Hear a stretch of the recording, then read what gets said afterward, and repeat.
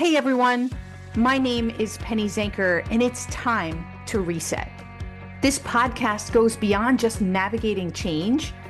It's about new ways of thinking about how you can approach challenges, how you can shift your mindset when needed, create some space and grace for yourself so that you can rethink, recharge, and reprioritize when and where needed. Are you ready to unlock your full potential?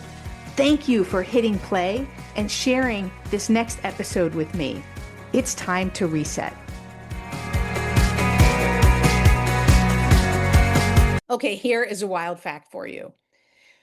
We now consume more information in a single day than someone who lived 100 years ago did in an entire lifetime. That's the equivalent of 6,000 tweets a day, 350,000 stories are shared, and more than 1 billion minutes of YouTube are streamed. So here's the thing. You're wondering, how can you keep up? I'm wondering, how can I keep up? I'm curious and I'm interested and I want to learn everything about new technologies and developments and where the markets are moving. And things are just moving so fast that I feel overwhelmed, that I don't know what to focus on because there is so much coming at me at any particular time. And I'm very discerning in the newsletters that I pay attention to. But even within those newsletters, there's such dramatic changes that are happening and news that are going on that for me to stay on top of all of this is just too much. It's overwhelming. I still have a day job. I have my family, my relationships, and other things that are important to me, my health and things that take time throughout the day. And so we really need to understand that we cannot keep up. That is not the goal. The goal is not to keep up. The goal is to filter faster. We need to be able to filter what is important for us. So how we bring in what's important and how we keep out what is more of a distraction and is not important to us. And that is not easy. I understand that. And especially because we're not good at setting boundaries and we're not good at setting these filters, but it is so important today more than ever, and is going to be more and more important in the future, is that we have a clear criteria to discern what's important and what's not. Our attention, as you know, is not infinite, right? It is finite. And we also get worse and worse at our ability to stay connected and attentive to the things that matter, the more that we have going at us, right? So that sense of busy and distraction and all of that, that overwhelm, it keeps us from discerning and filtering. So we need to have decided that ahead of time. So the truth is, today, you might feel like you're drowning in data, in opinions. It's so many opinions and the trends of what's going on. And keeping up, well, it may mean staying informed, but now it means exhaustion. You know what I mean. And our brain wasn't designed to process the amount of data, the 74 gigabytes of information that come at us every day. The human brain was not designed to process this amount of information. And so that's where the overload comes from. So what I want to talk about today is how we filter faster. How do we get clear on what to keep out and what to allow in and how we do that? And I have a concept that I call gatekeepers that help us to do that. Now, I call them gatekeepers because they help us to protect and direct our time and our focus and our energy.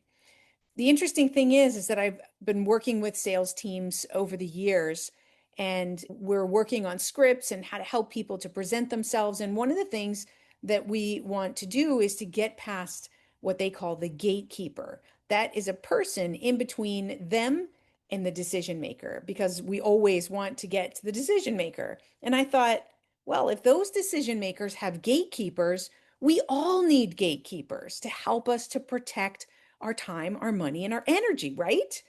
So I created this concept so that we could better understand that we can create these gatekeepers for ourselves and what would they look like. I put them into three different categories. One category would be rules. How do we pre-decide so we eliminate the decision fatigue that comes along with having to decide each and every time that something is needing discernment? Well, if it's already decided based on a criteria, our boundaries, and a number of other areas, that's going to help us so that we can focus on the execution and keeping our attention on those things that matter most. And that's area one. Area two are these actual filters. What types of people or processes or goals do you have that are going to help you filter so that you can focus on the things that matter most, that move the needle, that get you where you want to go faster? There are multiple paths, and not all paths and not all priorities are created equal. So we need to make sure that we are filtering through the most important things so that we can eliminate wasted time and reduce distractions. The third area that we want to talk about is about our environment. Our environment is paramount. It has more of an influence than you think on your ability to focus and make decisions. So we want to be using our environment to increase compliance to keep us focused on those things that matter most to us, right? So that we're not sort of flitting everywhere because it's in our environment, right? A simple example is if you want to eat more healthy, but you have chocolate and donuts and all this stuff that's open on the table, you're going to be tempted. And that is going to make it a lot harder. So we need to set up our environment to help us to focus on the things that matter and help us to stay in line with those things that we've set are important to us, to our goals. Those are the gatekeepers. And here again is why these gatekeepers are so important. Because we are protecting our brain from cognitive overload. When we overload our brain in that way and become overwhelmed, we default to shallow processing and reactive behavior, right? We go into fight or flight. And that doesn't help us to stay focused on what matters. It helps us to be reactive. And then we might just do those things that are urgent and never get to those things that are important, right? So we want to crowd out those false urgencies and make sure that we're really focused on the things that are most important. And also, if you think about it, if you have all of these notifications and things that are coming at you, they trigger micro stress responses that spikes our cortisol. So this is all what we're doing to protect our brain so that we can function at the highest level. Interesting enough, this information overload, it leads to pattern blindness, right? We stop seeing what's important because we're seeing everything. And in return, we see nothing, right? So your job is to set up these gatekeepers so that you can protect your time, your money, and your energy. And as I said, more and more important today than ever, because this power of pre-discerning is going to help you to block out all of that noise because it's just getting noisier and noisier. And I'm telling you, it's also going to give you some inner peace. And I know how important that is too, to feel grounded and to be able to focus on those things that matter. Okay, so here's some of the things that we're going to talk about around these gatekeepers.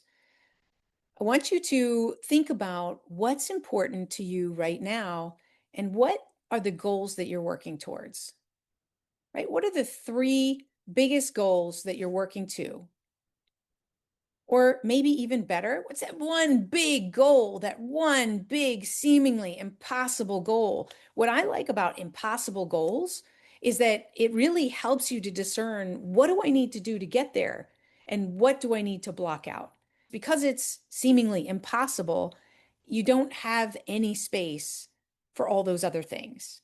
And so if you're in a position to create a seemingly impossible goal like that for yourself, for your company, in your department, that will help you to filter faster. And it'll help you to also to batch things, to plan things in according so that you can say, okay, I'm going to create these blocks of time for myself and do those things that are connected to one another. How can you use technology more intentionally?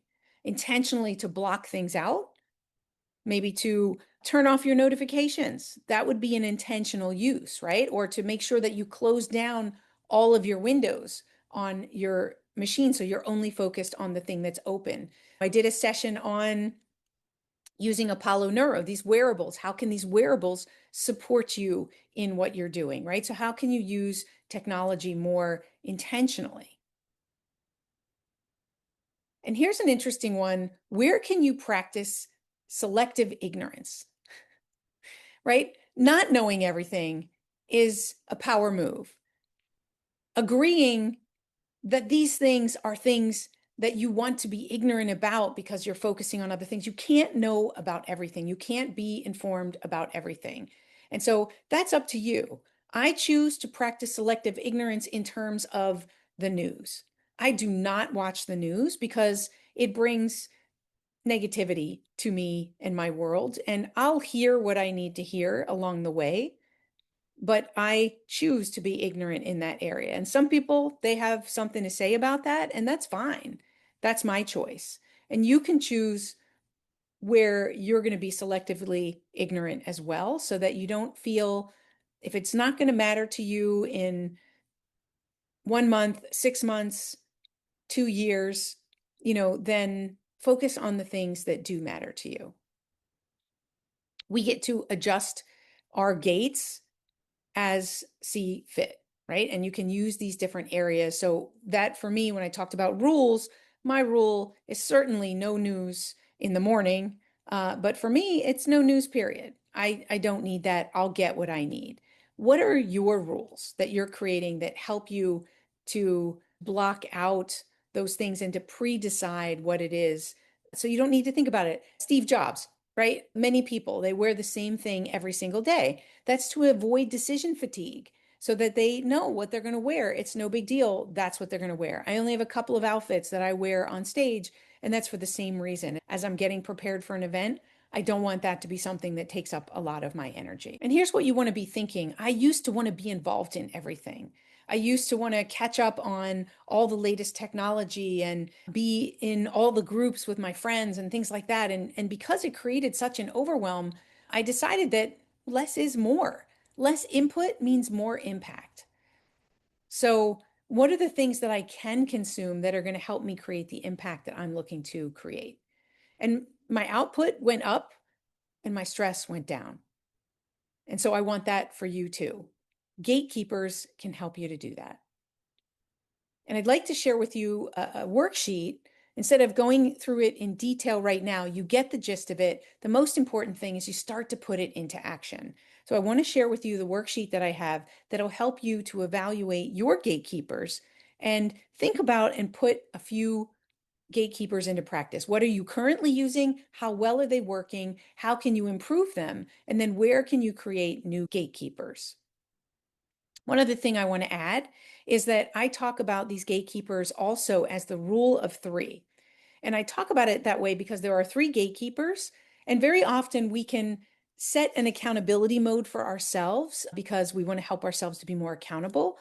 But sometimes we override that, right? So I know that I do is I'll tell somebody this is what I want to achieve, but then I'll make all kinds of excuses and then maybe I won't be held highly accountable by myself to reach that deadline. But if I have all three of these, so that might be my environment, is tell somebody in my environment. But if I also have a filter that filter out things that allow me with that goal to really get focused on that goal, as well as some rules around. So maybe it's writing my book, for instance. When I was writing my book, not only did I tell someone about it, but I had to create a rule that I was going to write 1 hour in the morning before my kids got up and 1 hour before my kids went to bed. That was my writing time. And that helped me also follow other rules, which was that I wanted to have the quality time with my children when they were growing up. So this was a way that I did it. And then I had filters to help me to put that into place also. And that worked for me because I had the rule of three. They work together. When you set them together to support a particular goal that you're looking to achieve, they work better, right? They're ownership systems that help you stay accountable and own the goals that you've set for yourself and the focus that you want to have, those things that are highest priority. So go ahead and download the worksheet. Let me know what you're taking away. And remember that these gatekeepers are more important than ever. So when you practice putting these gatekeepers into place for yourself today, you're creating habits and practices that are going to support you into the future. As more and more noise develops outside, you know how to create your inner calm and your focus on what matters most. And that's your gatekeepers and your rule of three. Can't wait to hear how this serves you. And I look forward to seeing you next. Hey, thank you for spending this time with me. It really means a lot. If you're feeling a little off, distracted, overwhelmed, stuck, or just out of sync, remember that's your signal to reset. And that's all it takes, just recognizing one reset moment at a time. So stay tuned for more tips, tools, tricks, stories, strategies, all here on Time to Reset. We'll see you in the next episode.